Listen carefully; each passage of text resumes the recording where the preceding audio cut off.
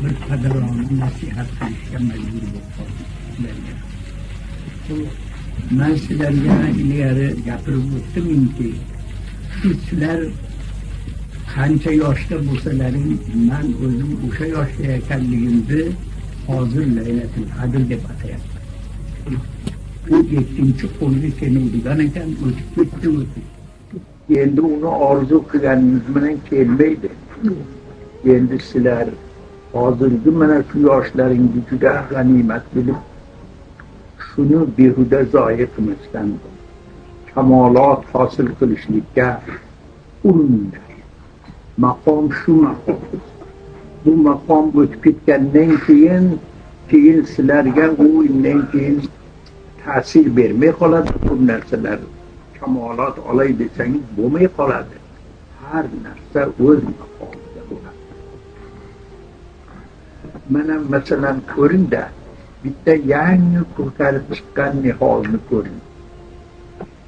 Shunday suv ko'rinib turibdi, muloyim. Qanday qilib yechsangiz uni egiladi. Qanday qiyshig'ini to'g'ri qilaman desangiz to'g'ri bo'ladi. Ammo bu mana bunday bo'lib yo'g'onlashib qolgandan keyin uni egib bo'lmaydi. Endi sizlarning shu kitobdagi maqomlaring, shu kitobdagi holatlaring bamanzili yangi niholga o'xshaydi. Endi o'smir bo'laylik, endi bu nashunamo qilyapti. Endi men sizlarga endi o'zlaringiz yaxshi bilasizlar, zebolik, olijanoblik, oliy himmatlik, olijanoblik, axloqlik bu nimada bu narsa? Bu chiroylilik nimada bu? Bu odamning yuzi, ko'zi chiroyli bo'lsa, shuni chiroyli deymizmi? Yo'q, buni e'tibori yo'q. Bitta istima kasali bilan o'zgarib ketadi.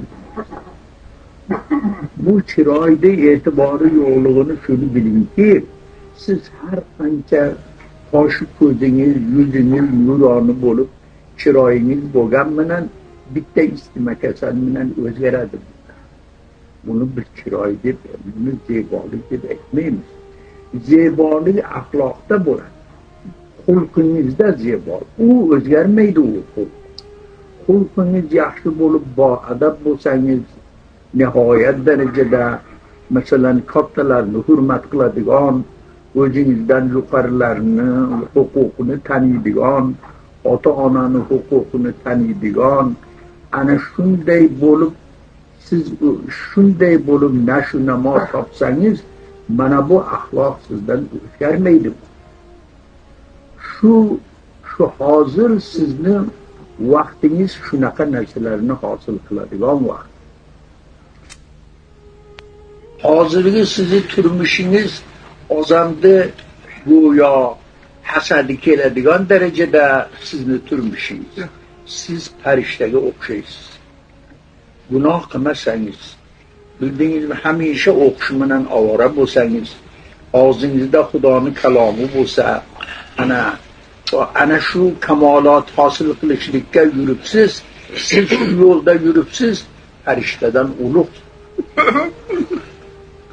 Buni shunday deb bilingiz. Endi katta bo'lganingizdan keyin 100 xil gunohga uchraysiz. Sizdan nafsi havo ham ulg'ayib boradi.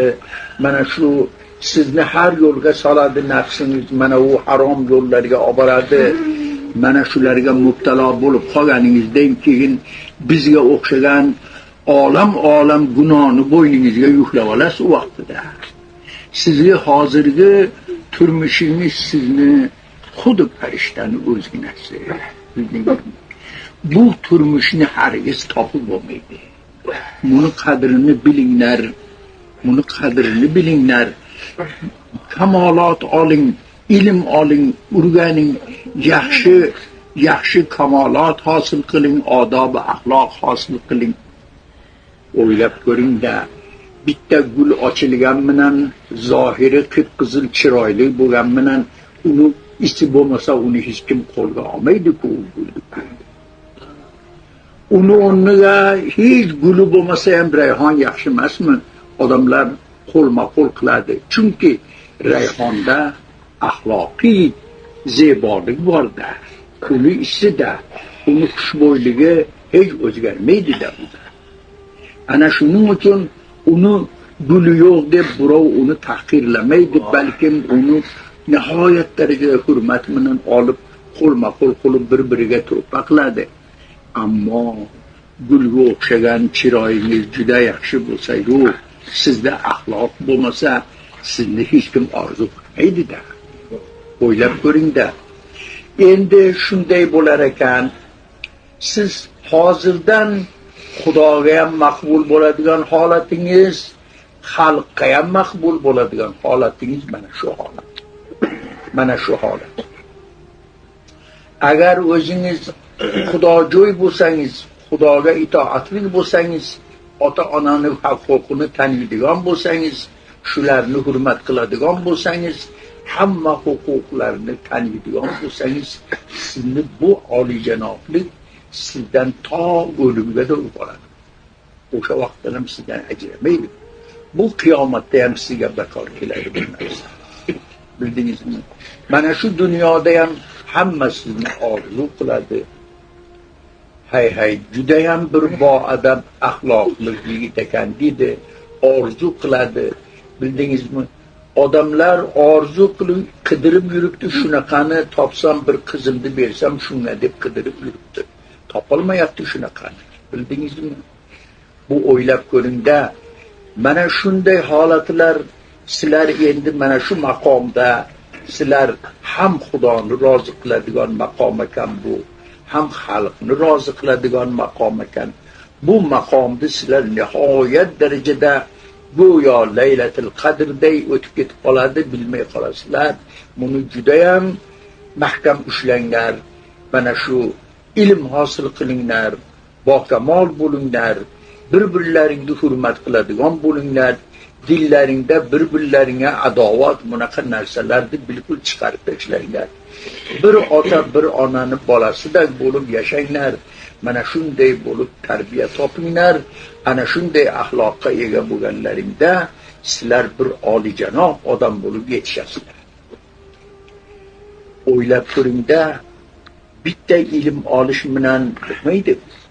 Ilm ko'p odamda bor. Lekin uni bilan birga axloq ham bo'lish kerak, uni bilan birga odob ham bo'lish kerak, uni bilan birga taqvo ham bo'lish kerak. Shularda hammasi bo'lish kerak. Biz Hindistonda xatm qilgan vaqtimizda hanuz ham qulog'imizdan ketgan yo'q. O'sha nasihatlar olim ustozlarimiz o'rinlaridan turib olib, boshlab usikum bitaqvalloh deb boshladi. Ey talib ilmlar, sizlarni vasiyat qilamiz Xudoni taqvosini qilishlikka, hamisha Xudodan qo'rqishlikka. Ana shunday sizlarni tavsiya qilamiz deb, ana shunday nasihat qilib, Xudo sizlarga ilmni bergan, sizlardan bir narsa olib bergan yo'q. Sizlarga muft berdimi shu ilmni? Tarbiya hammasini Parvardigor qildi, ilm ham berdi, kamolot ham berdi. Endi sizlar ham shu ilmni bir narsa olaman deb o'ylab maqmanglar buni. Mana shu Xudo yo'lida ta'lim bering. Talabalar oldingizga kelsa, masalan, Xudo yo'lida mana shu Xudo menga shu ilmni muft bergan edi. Men ham shuni muft o'rgatay xalqqa. Mana shunday deb o'ylang, mana shunday deb niyat hosil qiling. Bu ilm bilan dunyo topaman desangiz, unday vaqtida oxiratdan ham qolasiz, bu dunyoni saodatidan ham qolasiz. Mana sizlar ham hozir ilm o'rganyapsizlar.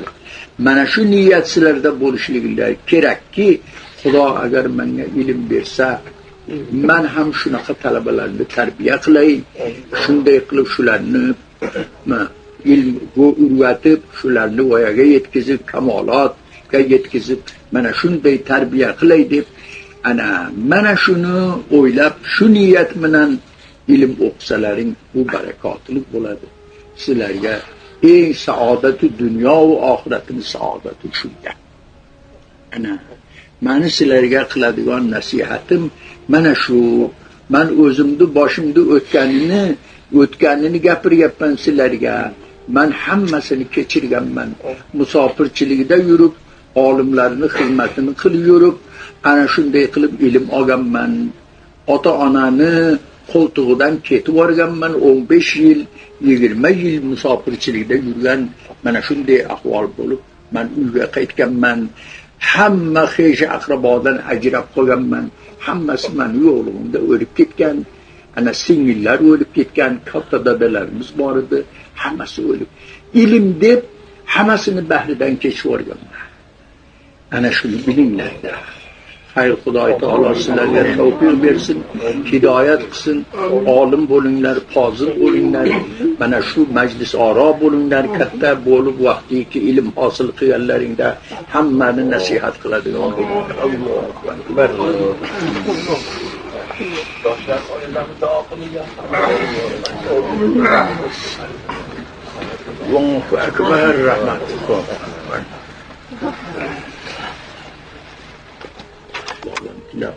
Fotiha berganlar. Mana shu zotlarni hammalarini xizmat qilib, joni dilim bilan shularni xizmat qilib, duolarini olganman. Endi shularni duolarini barakotini hozir mana yoshim 96 ga bordim men. Sal vaqtda 100 ga kiraman. Endi hozir ham mana shu shunchalik xalqni o'rtasida o'tirib nasihat qilishlikka qudratim yetib, mana shunchalikka ega bo'lyapman. O'sha zotlarning duolaridan hammaslar. Demak, hammasi ilmni farqli ekan. Hammasi shu ilmni orqasidan yurib shunday bo'ldi.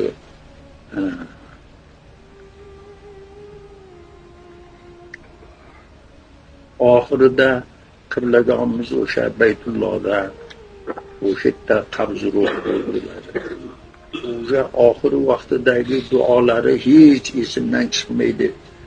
Umring uzoq bo'lsin, Xudoyo umringni uzoq qilsin deb ko'p aytdilar, shuni takrorladilar. Shu takrorlaganlari natijasini hozir ko'ryapman.